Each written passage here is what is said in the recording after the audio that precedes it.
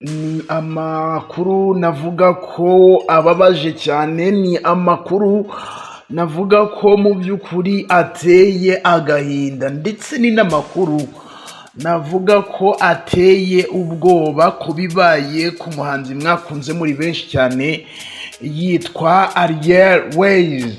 Ngira ngo ni umuhanzikazi mwaramukunze muri benshi cyane, ngira ngo yagiye avugwa mu nkuru nyinshi zigiye zitandukanye, ariko kuri ubu ngubu ibintu navuga ko bimubayeho biteye agahinda.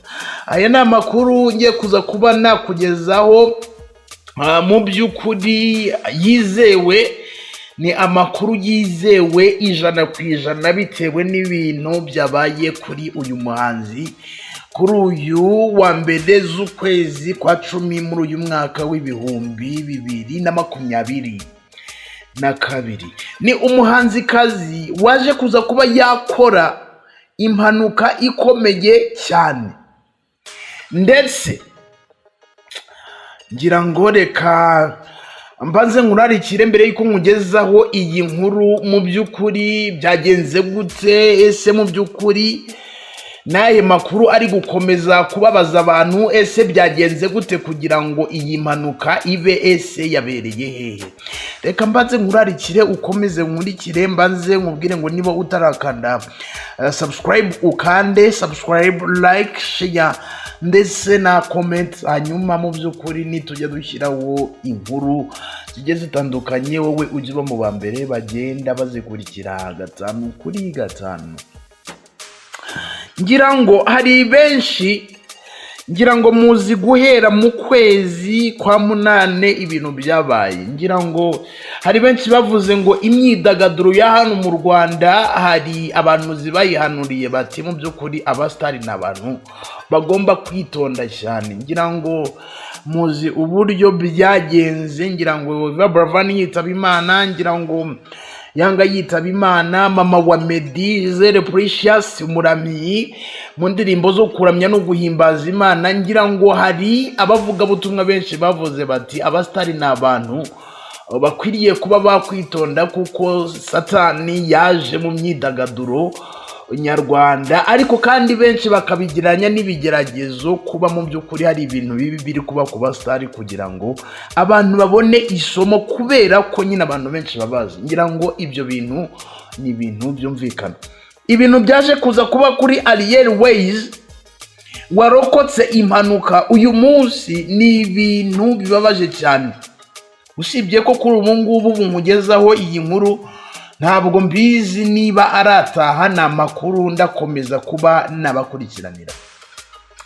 Uti byagenze gute?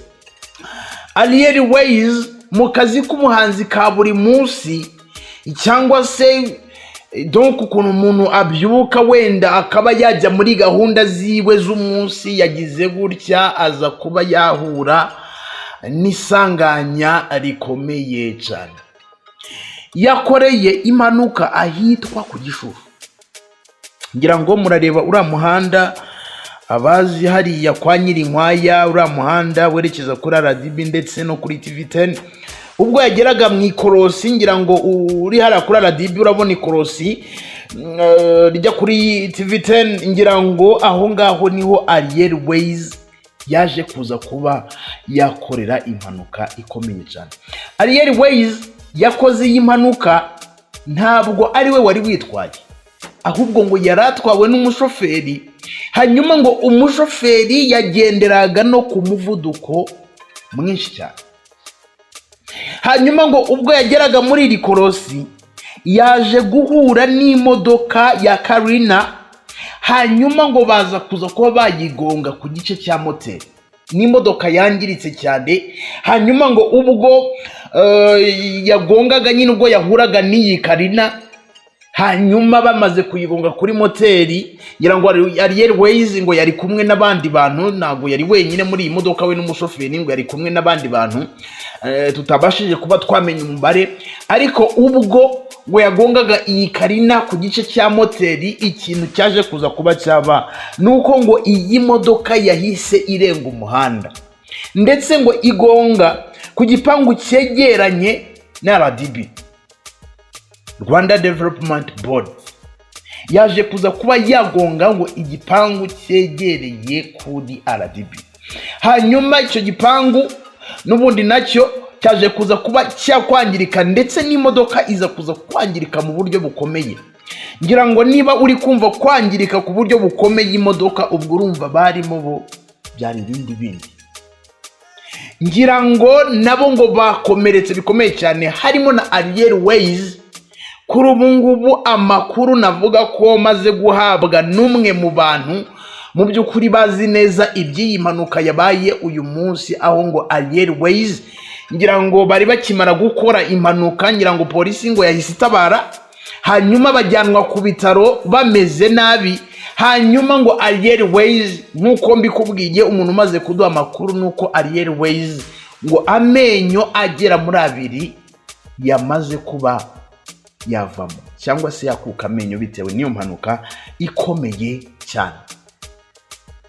Mwabantu mwe birarenze cyane, birakomeye cyane, ndetse biteye ubwoba ibintu byabaye kuri Ariel Wayz ubwo yari muri gahunda ziwe. Hanyuma ni mu gihe n'ubundi bw'impanuka yari ikimara kuba, umushoferi wari ubatwaye yahise ngo yiruka, hanyuma nibwo abantu bagize gutya bahita bamagara ambulance, hanyuma ijyana ku bitaro Ariel Wayz ndetse na bamwe mu bantu bari kumwe nawe.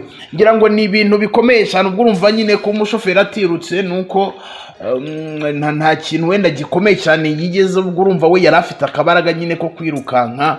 Nuko nguko ibintu byaje kurangira Ariel Wayz akoze impanuka cyangwa se akoreye impanuka ku Gishushu. Ndatekereza ko iyi nkuru ari ahantu hakeya cyane, niba wagibonye uri kugenda wibaza utese aya makuru niyo mu by'ukuri.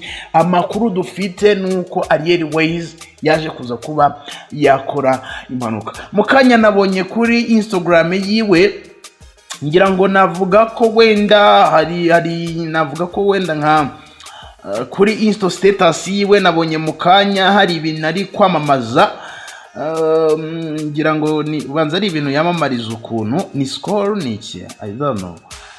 Nabonye hari ibintu ari kwamazana ba Kivumbi gutyo, ariko banza nyine ari management yiwe yabiri gukoresha nka Instagram yiwe cyangwa se imbuga nkoranyambaga ziwe, kuko kuri ubu ngubu Ariel Wayz amakuru dufite nuko ameze nabi, yaje kuza kuba yakora impanuka ikomeye cyane, ndetse akaza kuba yavamo n'amenyo 2. Hanyuma reka mbashimire cyane, ndabakunda cyane. Ngira ngo ni impanuka ibaye yaherutse gushyira hanze, ni extended play y'indirimbo zigera muri 6 gutyo. hari nk'iyitwa Yishino, ngira ngo muzi mu minsi yashize yanaraze muri izi ndirimbo, ngira ngo yari kumwe n'ababyeyi be barishimye cyane, ngira ngo byaramarira menshi cyane ubwo bazaga kumufelicita ukuntu ati TCD touch the sky, indi yitwa Far From You, indatsi mpaka, indi yitwa FU, indi yitwa Bad. Ngira ngo izo nizo ndirimbo zigera muri 6 aheruka gushyira hanze, ngira ngo hashize ibyumweru bigera muri 3 yashyize hanze izi ndirimbo mu byo mu kwezi kwa 9 kugitangira. Reka twifurize gukira vuba Ariel Wayz kuri ubu ngubu waje kuza kuba yakorera impanuka ku Gishushu, kandi bizere ko Imana ikomeje kuba yamukoraho mu by'ukuri, kandi Imana ishimwe kuba agihumeka umwuka w'abazima, ndetse Imana ikaba yaje kuba yamwimana muri iyi mpanuka yakoze ubwo barengaga umuhanda, ariko bitewe n'umuvuduko, bivuga ko ari umuvuduko ukabije umushoferi wari ubatwaye yari afite, bituma agongana n'indi modoka. Ngira ngo mwabyumvise nabikugejeje ko. Nitwa Shadu, iyi ni Shadu 250 TV. Reka nge mbanze nkurarikire, niba utarakanda subscribe kandi subscribe, like, share ndetse na comment. Hanyuma mu by'ukuri nitujya dushyiraho inkuru, wowe ujiba mu bambere bagenda bazikurikira 5 kuri 5. Bakunda cyane. Nitwa Shadu, iyi ni Shadu 250 TV. Witeka akomeze abarinde.